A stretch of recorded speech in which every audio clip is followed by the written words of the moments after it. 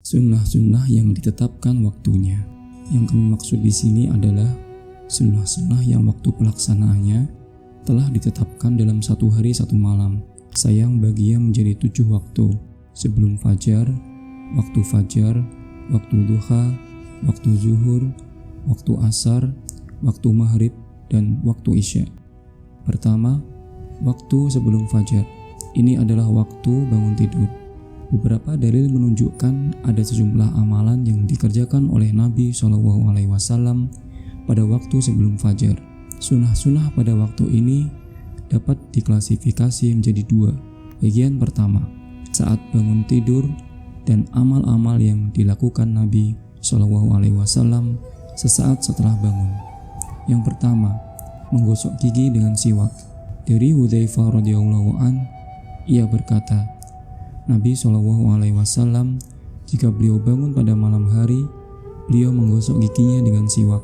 Dalam riwayat Muslim, jika Nabi SAW bangun untuk melaksanakan sholat tahajud, beliau menggosok giginya dengan siwak.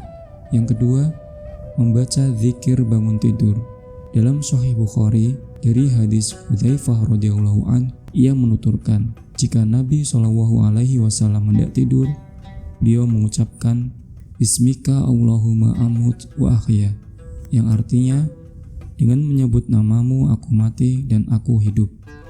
Dan jika beliau bangun tidur, beliau membaca Alhamdulillahilladzi ahyana ba'dama amatana wa ilaihin nusyur, yang artinya segala puji bagi Allah yang telah menghidupkan kita setelah mematikan kita dan kepadanya kita dikumpulkan.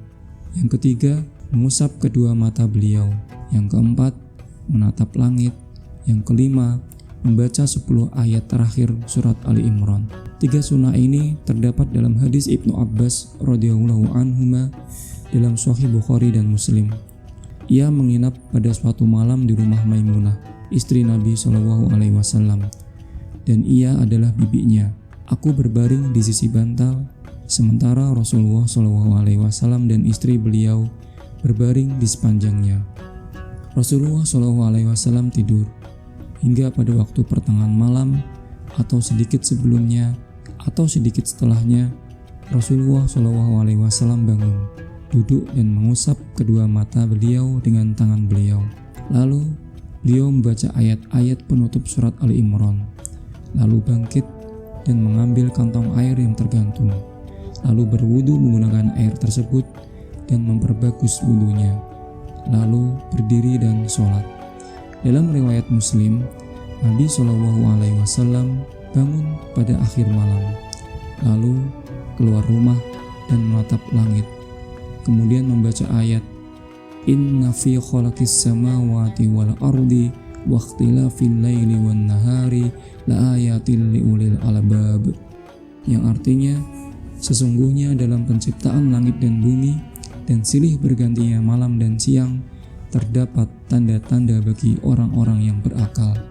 Quran Surat Ali Imran ayat 190. Dan dalam riwayat Muslim terdapat penjelasan apa yang dibaca beliau untuk siapa saja yang hendak mengamalkan sunnah ini, yaitu memulai dari ayat di atas sampai akhir surat Ali Imran. Nabi SAW membaca ayat-ayat ini sebelum berwudu. Ini menjadi dalil bolehnya membaca Al-Quran dalam keadaan berhadas kecil. Yang keenam, mencuci kedua tangan 3 kali.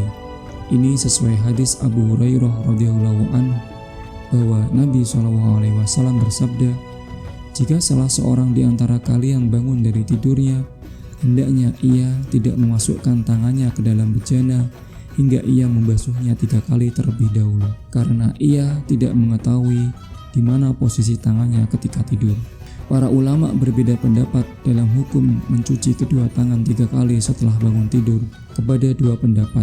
Pendapat pertama, ulama dari kalangan mazhab Hambali mengatakan bahwasanya hal ini adalah wajib. Ini termasuk pendapat hanya dimiliki oleh kalangan mazhab Hambali dan dirojihkan oleh Syekh bin Baz rahimahullah dalam syarah Umdatul Ahkam. Mereka berdalil dengan hadis di atas. Nabi SAW melarang untuk memasukkan kedua tangan sebelum membasuhnya. Secara asal, larangan menunjukkan pengharaman, dan dalam hadis ini tidak ada dalil lain yang memalingkannya dari pengharaman. Nabi SAW pun bersabda, apapun yang aku larang, maka jauhilah. Pendapat kedua, hukumnya mustahab atau sunnah. Ini adalah pendapat mayoritas ulama. Mereka berdalil dengan yang pertama, keumuman firman Allah Ta'ala, Ya ayyuhalladzina amanu idza qumtum ilas sholati faghsilu wujuhakum, yang artinya, hai orang-orang yang beriman, apabila kamu hendak mengerjakan sholat, maka basuhlah mukamu. Quran Surat Al-Ma'idah ayat 6.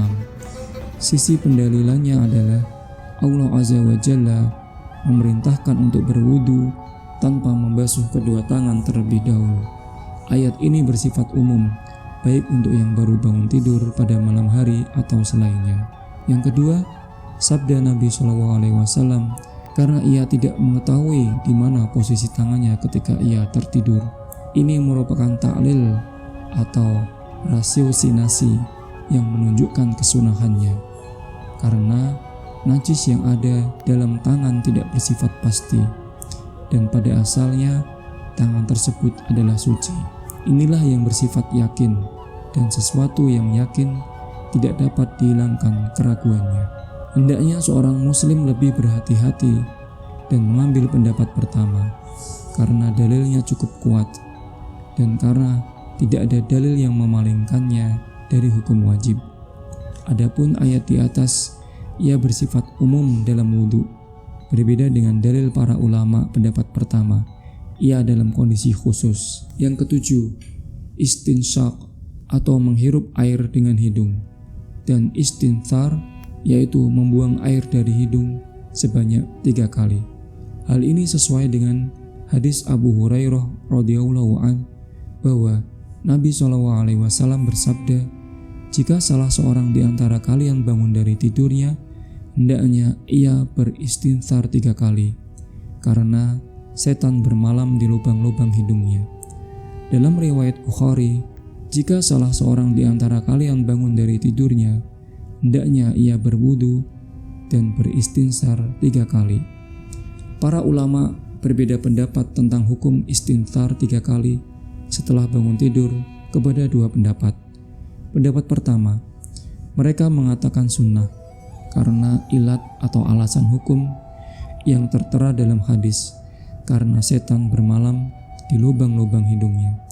Sisi pendalilannya, karena bermalamnya setan di sini tidak mendatangkan najis, sehingga seseorang diharuskan untuk menghilangkannya. Pendapat kedua, istinthar hukumnya wajib, karena perintah pada asalnya menunjukkan wajib, dan tidak ada dalil yang memalingkan perintah tersebut dari hukum wajib.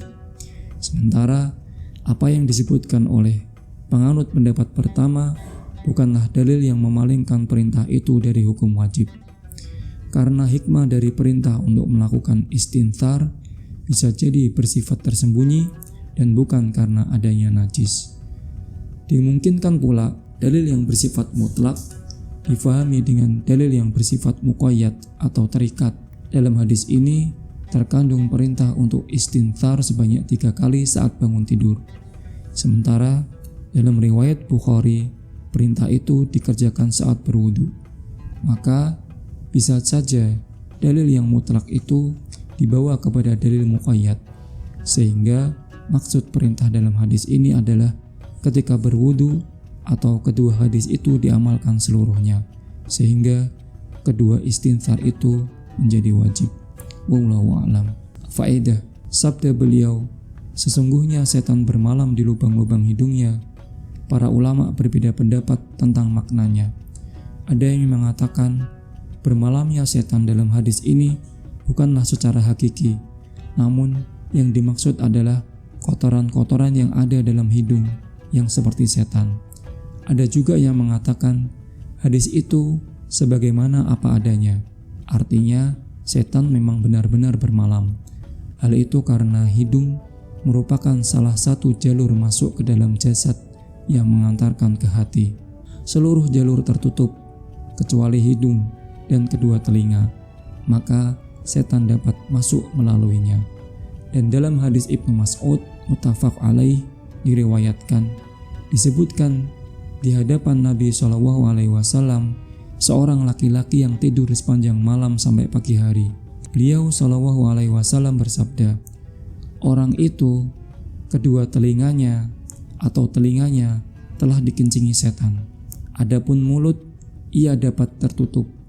Oleh karena itu, Nabi SAW menganjurkan untuk menahan mulut saat hendak menguap, agar setan tidak masuk.